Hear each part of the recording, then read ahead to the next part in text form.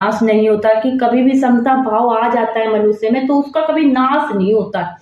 ठीक है। तीसरा बताया गया है कि इसके अनुष्ठान का उल्टा फल भी नहीं होता।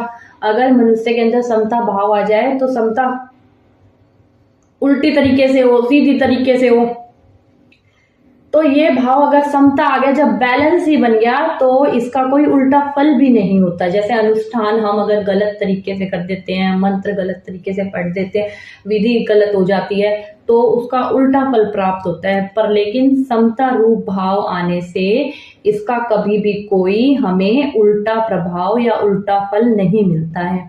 चौथा बताया गया है कि समता भाव का इसका थोड़ा सा भी अनुष्ठान जन्म मरण रूप महान भय से रक्षा कर लेता है।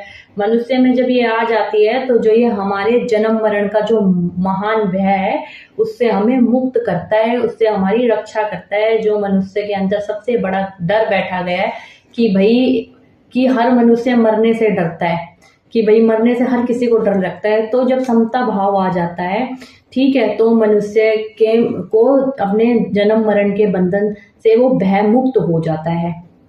यद्यपि पहली बात के अंतर्गत ही शेष तीनों बातें आ जाती हैं, तथापि सब में थोड़ा अंतर है। जैसे गुणों का संग अर्थात प्रकृति और उसके कार्य से माना हुआ संबंध है।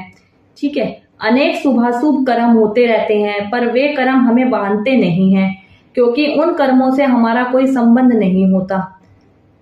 दूसरा बताया, समता का केवल आरंभ हो जाए, अर्थात समता को प्राप्त करने का उद्देश्य जिज्ञासा हो जाए, तो इस आरंभ का कभी नाश नहीं होता, कारण कि अविनाशी का उद्देश्य भी अविनाशी ही होता है, जबकि नाशवान